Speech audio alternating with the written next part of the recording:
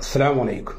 ഞാൻ സലീം കുടുങ്ങി. പ്രിയ കൂട്ടുകാരെ, ആദ്യം നമുക്കൊരു പ്രഭാഷണം കേട്ടു നോക്കാം. അതുകൊണ്ട് തന്നെ ഞാൻ എന്ന ആളാണ്, ഞാൻ എന്ന തങ്ങൾ കുടുംബത്തിൽ ഒരു കാര്യമില്ല. ഞാൻ ഒന്നുകൂടി പറയുന്നത്, തങ്ങൾ കുടുംബത്തിൽ പെടാതിരിക്കാൻ ചെയ്യുന്നത്.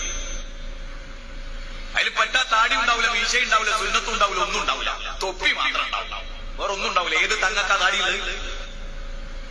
ചിന്തിക്ക്, എത്ര തങ്ങന്മാർക്ക് റസൂലിന്റെ താടിയുണ്ട്? ഹാറൂൻ അലൈഹിസ്സലാമിന്റെ താടി പൊക്കിൾ കൊടി വരെയായിരുന്നു. എത്ര തങ്ങന്മാർക്കുണ്ട് ഇവിടെ? ഇബ്രാഹിമിനേക്കാൾ വലിയ തങ്ങളുണ്ടോ? ആ ഇബ്രാഹിമിന്റെ ബാപ്പയാ നരകത്തിൽ. ഇത് മുജാഹിദ് ബാലുശ്ശേരി കാക്കയുടെ പ്രസംഗമാണ്. എത്ര മോശമായിട്ടാണ് അദ്ദേഹം സയ്യിദന്മാരെ ആക്ഷേപിക്കുന്നത്. ഒരു സയ്യിദ് കുടുംബത്തെയല്ല, മുഴുവൻ സയ്യിദന്മാരെയും ആക്ഷേപിക്കുകയാണ്.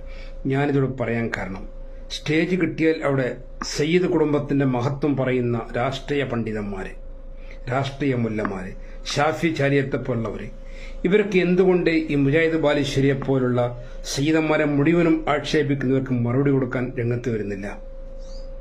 ഇത് നമ്മൾ ചിന്തിക്കേണ്ട വിഷയമാണ്. നമ്മളൊക്കെ എല്ലാ സയ്യിദന്മാരെയും ആദരിക്കുകയും ബഹുമാനിക്കുകയും ചെയ്യുന്നവരാണ്. ഗ്രൂപ്പ് നോക്കാതെ, സംഘടന നോക്കാതെ എല്ലാ സയ്യിദന്മാർക്കും അവരർഹിക്കുന്ന ആദരവ് കൊടുക്കുന്നവരാണ്.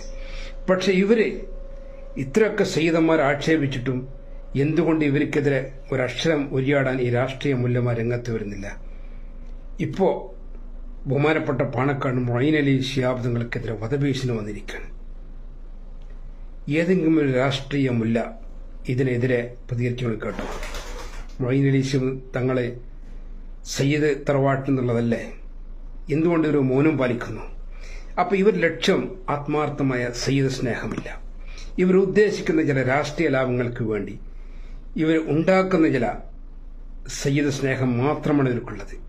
ആത്മാർത്ഥമുള്ള സയ്യിദ് സ്നേഹമാണെങ്കിൽ മുജാഹിദ് ബാലുശ്ശേരിയെ പോലുള്ളവർക്ക് ഇതിൽ പ്രതികരിക്കണം. മഹാനായ മൊയ്ൻ അലി ശിഹാബ് തങ്ങൾക്കെതിരെ വധഭീഷണി വന്നപ്പോൾ അതിനെതിരെ പ്രതികരിക്കണം. അവിടെയൊന്നും ഇവരെ നമ്മൾ കാണാറില്ല.